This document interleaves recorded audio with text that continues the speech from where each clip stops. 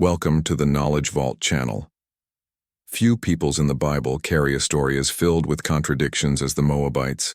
They were neighbors of Israel, yet also constant enemies. They were distant relatives, yet also a persistent source of spiritual stumbling.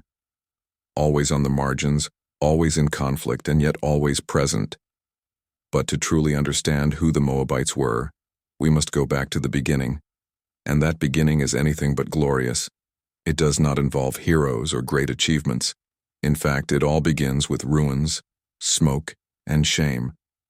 The story of this people rises from the ashes of Sodom and Gomorrah in an isolated cave marked by fear, despair, and a sin that would echo through generations.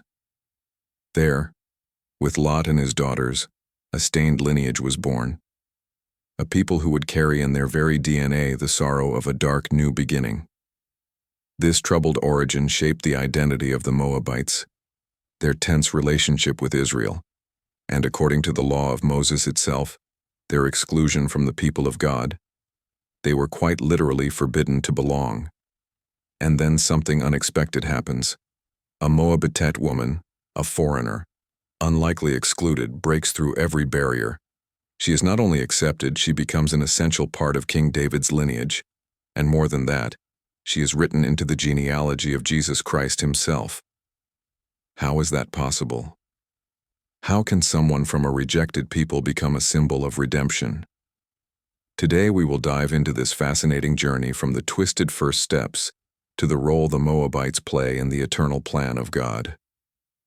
Get ready to discover that even when all seems lost, the grace of God still writes new stories with twists no one could foresee. After fleeing the terrifying destruction of Sodom, a city drenched in depravity and judged with fire from heaven, Lot and his two daughters found temporary refuge in the small town of Zor. But even there, fear clung to them. The sounds of screams, the smell of smoke, and the memory of the flames still echoed in their minds like a living nightmare. Feeling unsafe and vulnerable, they chose to leave Zor behind and retreat into the mountains where they hid inside a lonely cave.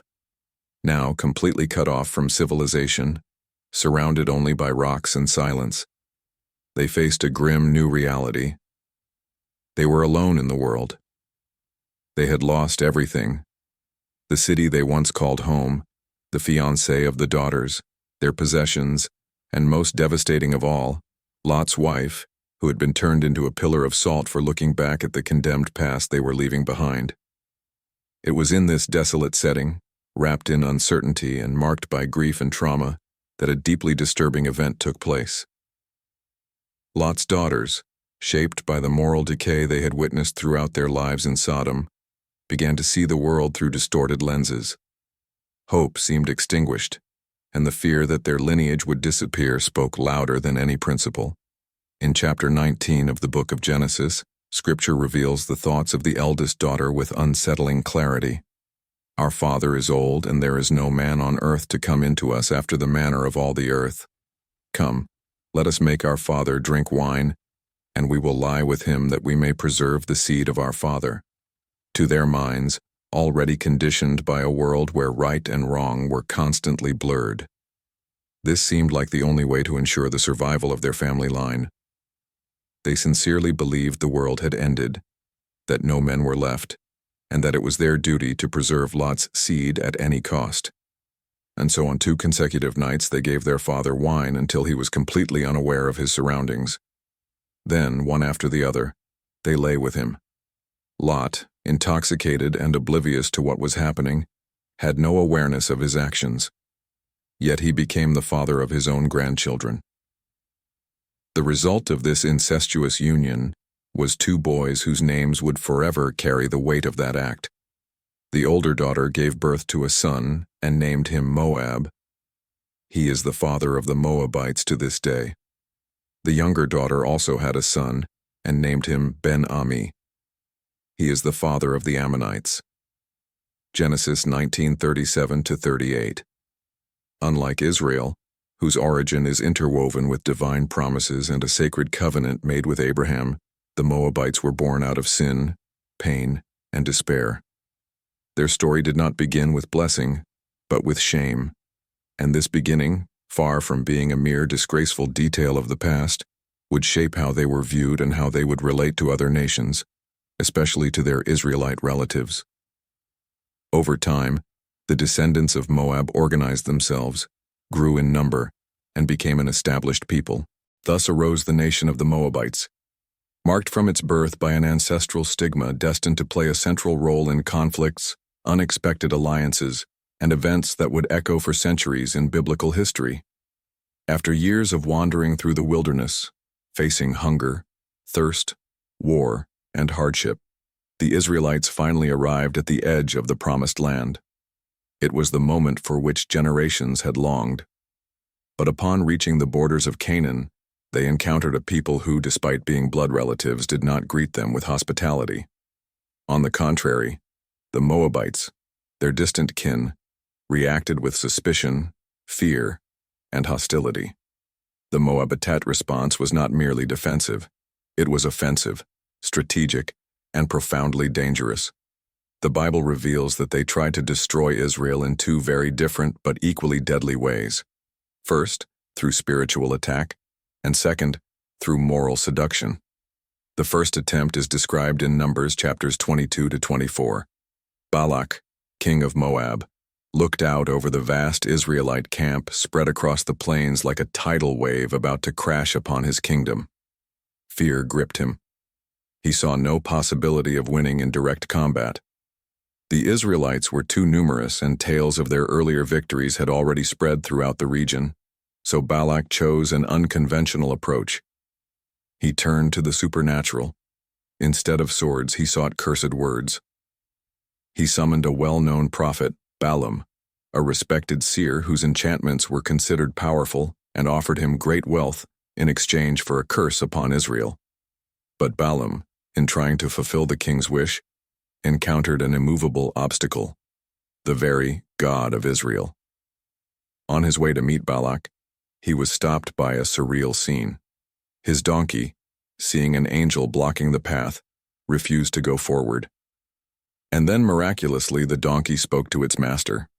That's right, a donkey that spoke like a human being, warning Balaam of the danger ahead. This remarkable episode reveals something crucial. God was in complete control.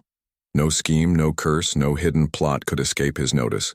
Took Balaam to 3 different locations, high places with a clear view of the Israelite camp. At each one he hoped to hear words of destruction. But every time Balaam opened his mouth, only blessings came out. He could not curse the chosen people. Instead, he pronounced prophecies of victory, greatness, and divine favor upon Israel. It was a humiliation for Balak, and a powerful demonstration that the plans of God cannot be undone by human hands. But the problem was not yet over. Faced with the failure of cursing, a new strategy was suggested, and this one was far more insidious. According to later biblical accounts, it was Balaam himself who advised the king of Moab with an alternative plan. If they could not defeat Israel with force or spells, they could lead them into ruin through temptation. Thus began the second offensive. The Moabite women, known for their beauty and alluring customs, approached the men of Israel. They invited them to feasts, rituals, and religious celebrations, and the Israelite men, weary and vulnerable after years of wandering, gave in. Numbers chapter 25 describes this moment with stark clarity. The Israelites began to prostitute themselves with the Moabite women to eat of the sacrifices offered to their gods, and eventually to bow before Baal of Peor, a pagan deity. It was a spiritual collapse. The nation that had been set apart by God, instructed not to mingle with idolatrous peoples, fell into a deadly trap. God's response was immediate and severe. His wrath burned against the people, and a plague began sweeping through the camp. Thousands died. It was as if the holiness of the nation had been shattered, a covenant betrayed by lust and idolatry. In the midst of the chaos, a priest rose up. Phinehas, filled with a burning zeal, took radical action. He purified the camp with decisive deeds, putting an end to the desecration. Only then did the plague cease. But this episode was not merely a dark chapter from the past. It revealed a profound truth. Israel's greatest enemy was not always on the outside with spears and shields. Often it came disguised as pleasure, cloaked in seduction, and hidden beneath cultural practices. Because of this, the Moabites became more than just a military threat. They became a symbol of spiritual danger, a people whose influence could draw Israel away from their God and lead them to the brink of destruction. And in response to this hidden hostility and spiritual offense, something extremely serious was decreed. The actions of the Moabites, from the attempt to curse Israel to their success in spiritually corrupting them at Balpor, did not go unnoticed by God. These were not just emotional scars in Israel's memory. They became law, a spiritual and legal landmark that established a clear, powerful, and enduring boundary between Moab and the covenant people. In the book of Deuteronomy 23:3, God delivers a direct and weighty command through Moses. No Ammonite or Moabite shall enter the assembly of the Lord, even to the 10th generation. None of their descendants shall enter the assembly of the Lord forever. Harsh words, unyielding shall not enter the assembly of the Lord, was not just a ritual restriction or social limitation. It was a total exclusion from the heart of Israel's spiritual and communal life. It meant not belonging, not being part of the people, not participating in the promised blessing, and as if that were not enough, God adds, even to the 10th generation forever. This is more than a temporary punishment. It is a perpetual separation, a decree that echoes across generations. The next verse explains the reason for this severity, because they did not meet you with bread and water on the way when you came out of Egypt, and because they hired Balaam to curse you. God did not forget the Moabitites' coldness in the face of Israel's suffering, nor their treacherous plan to use spiritual forces to destroy a people freshly delivered from slavery. It was more than ingratitude. It was a calculated act of spiritual sabotage. At first glance, this prohibition may seem extreme, but seen through the lens of faith, it was not driven by divine vengeance or hatred. It was an act of preservation, a protective barrier. Israel was a holy nation set apart, and any influence that could lead them astray had to be kept at a distance. God was guarding the heart of the covenant. In this way, the fate of the Moabites seemed sealed.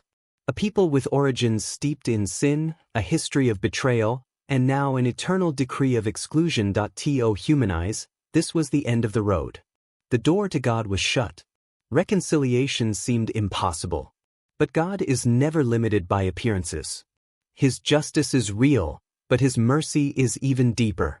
He writes stories of redemption where the world sees only rejection. And it is precisely within this dark and seemingly hopeless backdrop that He plants a seed of hope. A story that would blossom against all odds. Centuries later, during one of the most chaotic and spiritually confused periods in Israel's history, the time of the Judges, a narrative emerges that challenges the very logic of exclusion. A story of love, loyalty, and redemption. And its central figure is not an Israelite. She is a woman, a widow, a foreigner, and a Moabitite. Her name was Ruth. The book of Ruth begins with profound irony. Famine strikes Bethlehem, a town whose name literally means house of bread, forcing an Israelite family to seek refuge in none other than the land of Moab, the forbidden land, the cursed land. The head of this family was he, his wife Naomi, and their 2 sons left in search of sustenance. But in Moabite territory, they found more than just food. They found the unexpected human connection and also deep sorrow. The 2 sons married Moabitite women, Orpah and Ruth. But soon after, tragedy struck. Died. And not long after, both sons also passed away. 3 widows alone in a foreign land.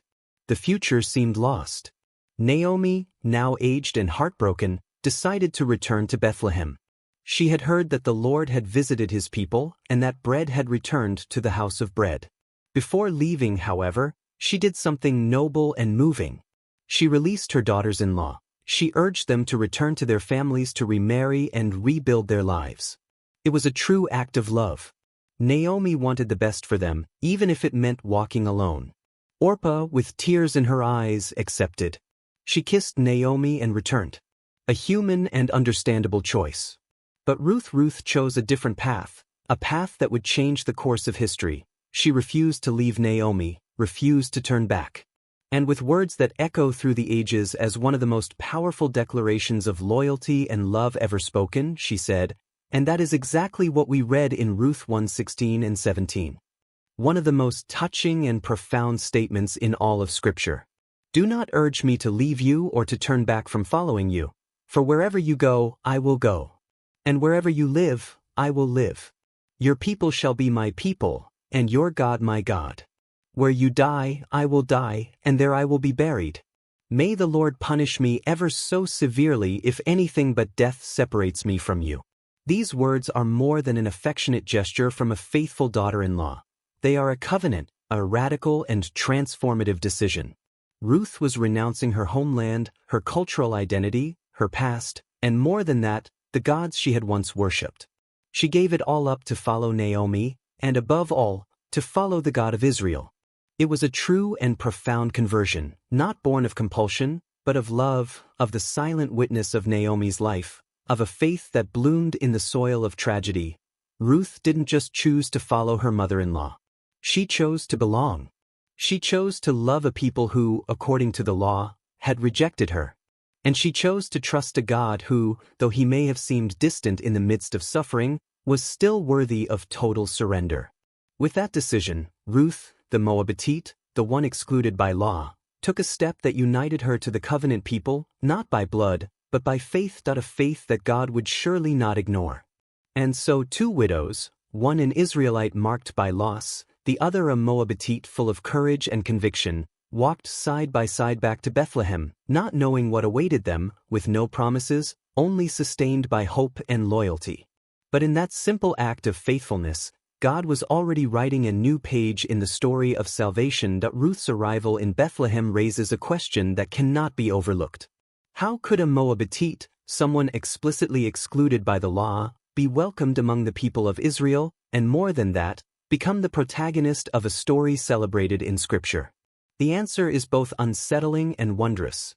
Grace, the law of Deuteronomy, was a necessary boundary, a protective fence against the destructive influence of an idolatrous culture, but it was never intended to be an eternal seal of personal condemnation. The God of the Bible has always been from the very beginning a God who looks at the heart, and Ruth's heart was not like that of her ancestors. Hers was a heart transformed, surrendered, and sincere. When Ruth declared, "Your people will be my people, and your God will be my God," she wasn't merely making a promise. She was converting. She was entering by faith into the covenant that defined Israel. And God received her. Upon arriving in Bethlehem, her humility, her hard work, and her unwavering loyalty caught the attention of a man named Boaz. He was a close relative of Naomi. And according to Israelite tradition, there was someone who held a sacred role in such situations. The Gal or kinsman redeemer. This figure had a holy responsibility to protect the family in times of crisis, to redeem lost land, and to restore the name of a deceased relative by marrying his widow. Boaz saw Ruth, but not merely with physical eyes. He saw her faith, her courage, her dignity, and he chose to act as her redeemer. He married her, taking on not only the responsibility, but also the privilege of restoring the name and hope of Naomi's family. And with that act, the story took an extraordinary turn. Ruth, the foreigner, became a legitimate and honored part of the people of Israel. This story is more than a beautiful account of love. It is a living parable. Ruth represents all of us, outsiders, Gentiles, flawed people with no spiritual inheritance, marked by pasts far from God. And Boaz represents Christ, the Redeemer, who sees us, chooses us, rescues us, and unites us to himself through an eternal covenant of love and redemption. Just as Ruth was brought into God's family, we too are welcomed, not by merit, but by grace. A grace that surpasses laws, tears down walls, and writes a new story where there was once only rejection. The final and most astonishing proof of Ruth's importance is not found only in the Old Testament. It echoes across the centuries and reappears at the very beginning of the New Testament when the Gospel of Matthew opens with something that might seem dry at first glance, a genealogy. But there, in the carefully recorded lineage of the Messiah among patriarchs, judges, and kings, we find something unexpected. The names of 4 women. Women who in their own time and place defied expectations. And one of them is Ruth. Yes, Ruth the Moabitite. This detail is not a coincidence. In a patriarchal and exclusive culture, mentioning the name of any woman in a genealogy was already uncommon. But mentioning a foreign woman from a people once forbidden is a theological statement, a powerful declaration. God's plan of salvation was never limited to just one nation. It was always universal. It always included the unlikely. Ruth's faith, born in tragedy, expressed in loyalty, and lived out in humility, was so profound that God not only welcomed her, He placed her at the center of the redemption story. Ruth became the great-grandmother of King David. And from David's line came Jesus Christ. It is as if God was saying, yes, I know her past. Yes, I know the origin of her people. But more than that, I know the heart that believes. The story that began in shame, despair, and rejection ends in glory, redemption, and belonging, grace, one, mercy, one, love, one. And so we come to the end of our journey through the story of the Moabites. A story that begins in a cave under the weight of sin and sorrow and ends in heaven with the birth of the one who would save all of humanity. We've looked back on a nation born in darkness that grew in pride, that tried to seduce and curse the people of God and was therefore cast out by a harsh and unyielding law. But in the midst of that broken lineage, God chose a woman, not a queen, not a prophetess, but a widow, poor, foreign, and invisible in the eyes of the world, to show that the past does not define the future when God steps in. The story of Ruth offers us the most beautiful of all truths. The grace of God is greater than any curse, greater than any law, greater than any rejection. The sin committed in the darkness of a cave seemed to have sealed Moab's fate forever. But in a barley field under the morning sun, a foreign woman gathered more than grain. She gathered redemption. And in doing so, she swed the path that generations later would bring into the world the true light, Jesus Christ, the Redeemer. The law of God is holy, just, and perfect. It reveals His character, His standard of holiness, and it soberly reminds us of the consequences of sin. But the story of Ruth reveals something even deeper. God's heart is always drawn toward those who come to Him with humility and sincere faith. Ruth shows us that God doesn't merely see flags, ethnicities, or family histories, He sees hearts. And when a heart turns to Him, repentant and true, no curse, no exclusion, no barrier is strong enough to stop His grace from reaching and transforming it. This story teaches us that God does not judge nations as faceless masses, but sees each individual. His mercy is personal, and it is always available to anyone who truly seeks Him, no matter where they come from or what their past may be. Thank you for joining us on this powerful journey, one that reveals how even a story marked by shame can become a vessel of redemption. The Moabitite legacy, which began in darkness, found its light through the faith of a single woman. And through her, God revealed His greater plan of salvation. If you'd like to continue exploring stories like this, filled with twists, hope, and forgotten truths of Scripture, I invite you now to click on one of the 2 videos on your screen. Each one holds a new journey that will stir your heart and deepen your faith. May God bless your life, and we'll see you soon.